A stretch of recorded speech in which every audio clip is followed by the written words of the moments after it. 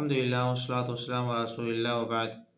15ویں شعبان کی رات میں بہت سارے لوگ اہتمام کرتے ہیں قیام کا اور دوسری عبادات کا، دن میں روزے کا اہتمام کرتے ہیں۔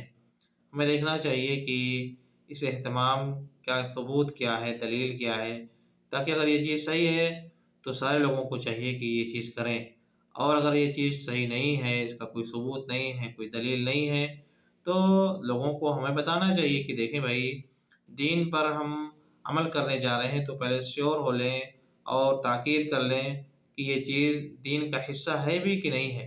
ایسا نہ ہو کہ ہم کسی چیز کو اتنے محنت سے کر رہے ہوں اور ہمیں اس کے ثواب کے بجائے اس کا الٹا ہمیں گناہ ملے، کیونکہ وہ چیز جس کو ہم ثواب سمجھ کر کے کر رہے ہیں وہ دین نہیں ہے اور ہم اس کو زبردستی دین بنا رہے ہیں، تو چیز کیا ہو جائے گی؟ بدعت ہو جائے گی، اور یہ چیز لوگوں کے نزدیک واضح ہے۔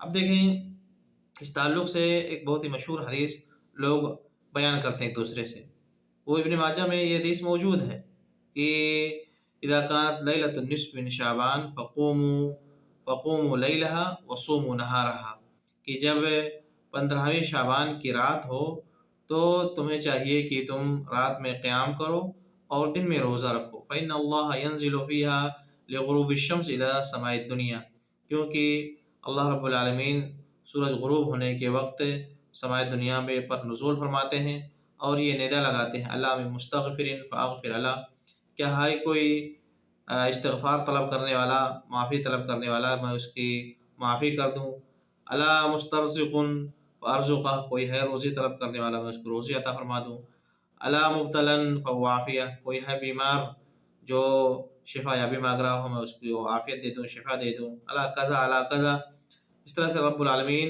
ندا لگاتے ہیں حتیٰ یطلع الفجر، یہاں تک کہ فجر طلوع ہو جائے، پوری رات یہ ندا جاری رہتی ہے۔ یہ سنن ابن ماجہ کی حدیث ہے 1388 نمبر کی، مگر یہ حدیث کیسی ہے؟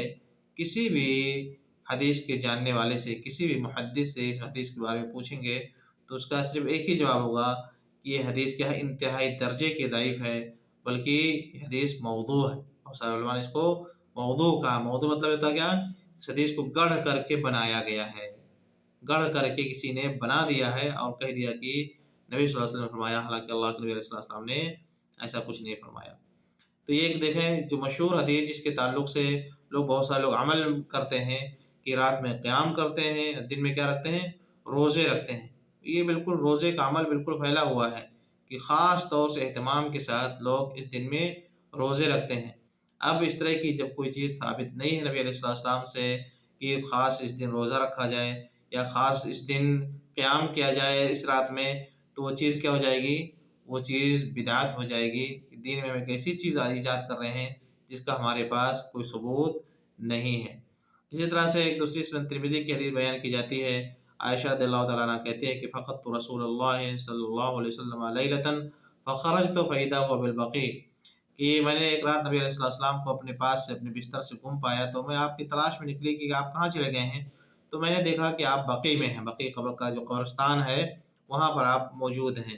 پھر نبی علیہ السلام سے میری جب ملاقات ہوئی تو آپ نے مجھے یہ حدیث سنائی کہ ان اللہ عز وجل ينزل لیلۃ النصف من شعبان الى السماء الدنیا، کہ اللہ رب العالمین، اللہ عز وجل 15ویں شعبان کی رات میں سماء دنیا کی طرف نزول فرماتے ہیں، فیغفر لاکثر من عدد شعر غنم کلب، تو اللہ رب العالمین بنو کلب کی بکریوں کے بال سے بھی زیادہ بڑی تعداد میں لوگوں کی بخشش کرتے ہیں اس رات میں۔ اور یہ حدیث کیا ہے؟ سنن امام ترمذی نے جہاں اس حدیث کو بیان کیا ہے، ترمذی فوراً اس حدیث کو بیان کرنے کے بعد آگے کہتے ہیں کہ محمد ابن اسماعیل بخاری نے اس حدیث کو ضعیف قرار دیا ہے۔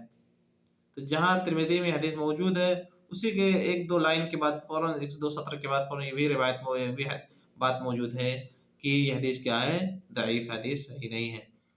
تو اس طرح کی جو باتیں کی جاتی ہیں کہ اس رات میں کچھ خاص اہتمام کیا جائے اور اس کے دن میں روزہ رکھا جائے، اس تعلق سے کوئی صحیح حدیث موجود نہیں ہے۔ بہت سارے علماء نے کئی ایک روایتیں اس تعلق سے آئی ہوئی ہیں، اور کئی روایتیں اس تعلق سے آئی ہوئی ہیں، جن روایتوں کو جمع کر کے بہت سارے علماء نے اس بات کی کہا ہے کہ اس رات میں اللہ رب العالمین کی طرف سے بخشش ہوتی ہے خاص، جیسا کہ सुनन इब्न माजा की एक दूसरी रवायत है कि इन्नल्लाह ला यत्तलिउ फी लैलतिन निस्फि मिन शाबान व यगफिरु लिजमीइ खल्क़िही इल्ला लिमुशरिकिन औ मुशाहिन, कि अल्लाह रब्बुल आलमीन 15वीं शाबान की रात में अपनी मखलूक की तरफ नज़र फरमाते हैं और अपनी सारी मखलूक को बख्श देते हैं सिवाय दो लोगों के, इल्ला लिमुशरिक और मुशाहिन, सिवाय उस शख्स के जो शिरक करता है उसकी बख्शिश नहीं होती है, और उस शख्स के जो अपने किसी मुस्लिम भाई से दुश्मनी रखता है, आपस में बुग़्ज़ रखता है, उसकी दुश्मनी उसकी बख्शिश नहीं होती है। ये जो रिवायत है, इस रिवायत को ताल्लुक़ से कुछ उलमा ने कहा है कि ये रिवायत क्या है कि काबिल एहतिजाज है, इसको दलील पकड़ा जा सकता है, माना जा सकता है, और इसमें किसी न किसी कदर क़ुव्वत है, इसको हम रिजेक्ट पूरी तरह से नहीं कर सकते हैं।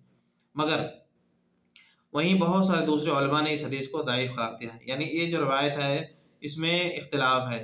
तो उमूमी तौर से देखें कि इस रिवायत में जो चीज़ है वो क्या है कि अल्लाह रब्बुल आलमीन 15वीं शाबान में अपनी मखलूक की तरफ नज़र फरमाते हैं, सारे लोगों को बख्श देते हैं सिवाय दो लोगों के, मुशरिक के और मुशाहिन के, जो शिरक करता है और जो अपने किसी मुस्लिम भाई से बुग़्ज़ रखता है, दुश्मनी रखता है, उन दो लोगों की बख्शिश रोक दी जाती है। अगर इस हदीस को थोड़ी देर के लिए हम सही भी मान लें, मतलब उलमा में तो बहुत बड़ा इख्तिलाफ है, बहुत सारे उलमा ने इसको ज़ईफ़ करार दिया है, पुराने उलमा में और आज के उलमा में उलमा ने इसको ज़ईफ़ करार दिया। कुछ उलमा ने वहीं पर इस हदीस को कहा कि इसमें क़ुव्वत है, इसको माना जा सकता है कि इसको पूरी तरह से रिजेक्ट नहीं कर सकते हैं, इसको हम मान सकते हैं और इसमें कुछ कदर क़ुव्वत पाई जाती है, इसको हम दलील इसको बना सकते हैं। ठीक, तो चलें हम उस हदीस को या उस बात को मान लेते हैं कि जिन लोगों ने कहा कि इसको हम दलील बना सकते हैं, सबूत बना सकते हैं, उनकी बात मान लेते हैं। ठीक, फिर अगर हम इस बात को मान लेते हैं, फिर भी हमें ये कहीं से पता नहीं चलता है, इस तरह का कोई सबूत नहीं मिलता है कि इस रात में किसी ख़ास इबादत का एहतमाम किया जाए। अगर इस हदीस को सही मान लेते हैं तो सिर्फ ये पता चलता है कि अल्लाह रब्बुल आलमीन सारी मखलूक की बख्शिश करते हैं सिवाय दो लोगों के, एक मुशरिक की और एक बख्शिश नहीं होती है, और दूसरे बुग़्ज़ रखने वाले की बख्शिश नहीं होती है। यानी कि कुछ करने का अमल हमें नहीं बताया गया है, हमें कुछ करने का अमल नहीं बताया गया, नहीं कहा गया है कि बख्शिश होती है लिहाजा तुम इस रात में क़याम करो, इस रात में बख्शिश होती है लिहाजा तुम कब्रिस्तान जाओ, इस रात में बख्शिश होती है लिहाजा तुम हलवे पकाओ, इस रात में बख्शिश होती है लिहाजा तुम लोग रात भर एक दूसरे के साथ प्रोग्राम करो, कोई तकरीरी प्रोग्राम हो, कोई और प्रोग्राम हो, लिहाजा तुम दिन में रोज़ा रखो। इस तरह की कोई बात नहीं कही गई है। इस तरह की जो जितनी बातें की जाती हैं, ये सब क्या है, बिल्कुल पूरी तरह से बिदअत है और इसका कोई सबूत नहीं मिलता है। अगर इस हदीस को सही भी मान लेते हैं तो इस हदीस में सिर्फ इस बात का ज़िक्र है कि अल्लाह रब्बुल आलमीन इस रात में लोगों की बख्शिश करते हैं। अल्हम्दुलिल्लाह, अगर हमें बख्शिश मिल जाती है, सारी मखलूक को बख्शिश मिल जाती है, बहुत अच्छा, क्या बात है। लेकिन बख्शिश दो लोगों की नहीं मिलती। हमें चाहिए कि इन दो लोगों में से अपने आप को ना बनाएं। किन लोगों की बख्शिश नहीं होती है कि जो लोग शिर्क करते हैं उनकी बख्शिश नहीं होती है, और जो लोग बुग़्ज़ रखते हैं, आपस में दुश्मनी रखते हैं, उनकी बख्शिश नहीं होती है।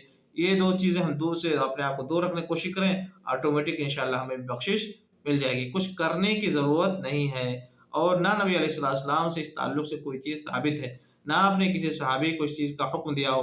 कभी किसी सहाबी से, कभी नबी अलैहिस्सलाम से इस तरह की कोई बात आई है कि आपने इस रात में कोई प्रोग्राम किया हो, किसी को हुक्म दिया हो किसी ख़ास इबादत का, ऐसी कोई बात नहीं है। लिहाज़ा जब ऐसी कोई बात नहीं है तो हमें भी चाहिए कि इस रात में किसी भी तरह के क़याम से अपने आप को दूर रखें, क्योंकि हम क़याम करेंगे तो बजाय के सवाब मिलने के गुनाह मिलेगा, क्योंकि ये बिदअत है। 15वीं शाबान को हम रोज़ा रखेंगे, बजाय के सवाब मिले तो क्या मिलेगा, गुनाह मिलेगा, क्योंकि ये क्या है, बिदअत है। शाबान के महीने में नबी अलैहिस्सलाम उमूमी तौर से इस महीने में खूब रोज़ा रखते थे। जिसको रोज़ा रखना हो, आपके लिए पूरे दिन पड़े हुए हैं, 1 तारीख से लेकर के आखिर तक आप रोज़ा रखते रहें। लेकिन ये कि किसी दिन रोज़ा ना रखा, सिर्फ 15वीं शाबान को रखा, ना पहले ना बाद में, तो क्या किया उसने, गोया कि एक ऐसा अमल किया जो जिसके ताल्लुक़ से नबी अलैहिस्सलाम की रहनुमाई नहीं है, तो उसने बिदअत किया। लिहाज़ा हमें चाहिए कि दीन के मामले में ताक़ीद कर लिया करें, श्योर हो जाया करें कि जो चीज़ हम करने जा रहे हैं वो सही है कि नहीं है, उसका कोई सबूत दलील-वलील है कि नहीं है। इस चीज़ को हमें ध्यान में रखना चाहिए, क्योंकि हम इबादत करने जा रहे हैं, किसी को चिढ़ाने नहीं जा रहे हैं, किसी को हम हँसाने नहीं जा रहे हैं, हम मज़ा लेने नहीं जा रहे हैं, बल्कि हम इबादत करने जा रहे हैं। इबादत क्या होती है? इबादत ये बंदे के और अल्लाह के दरमियान की बात होती है। किसी तीसरे से इसमें कोई मतलब नहीं होता है। लिहाजा हमें चाहिए कि इबादत सही से ढंग से करें और अल्लाह के वास्ते करें और नबी अलैहिस्सलाम के तरीक़े के मुताबिक करें, तभी इबादत कबूल होगी। वरना थकते रहें, कोई फ़ायदा नहीं होगा। अल्लाह रब्बुल आलमीन अपने सीधे दीन की हिदायत अता फरमाए। आमीन। व आखिरु दावाना अनिल हम्दुलिल्लाहि रब्बिल आलमीन। वसल्लल्लाहु अलैहि वसल्लम।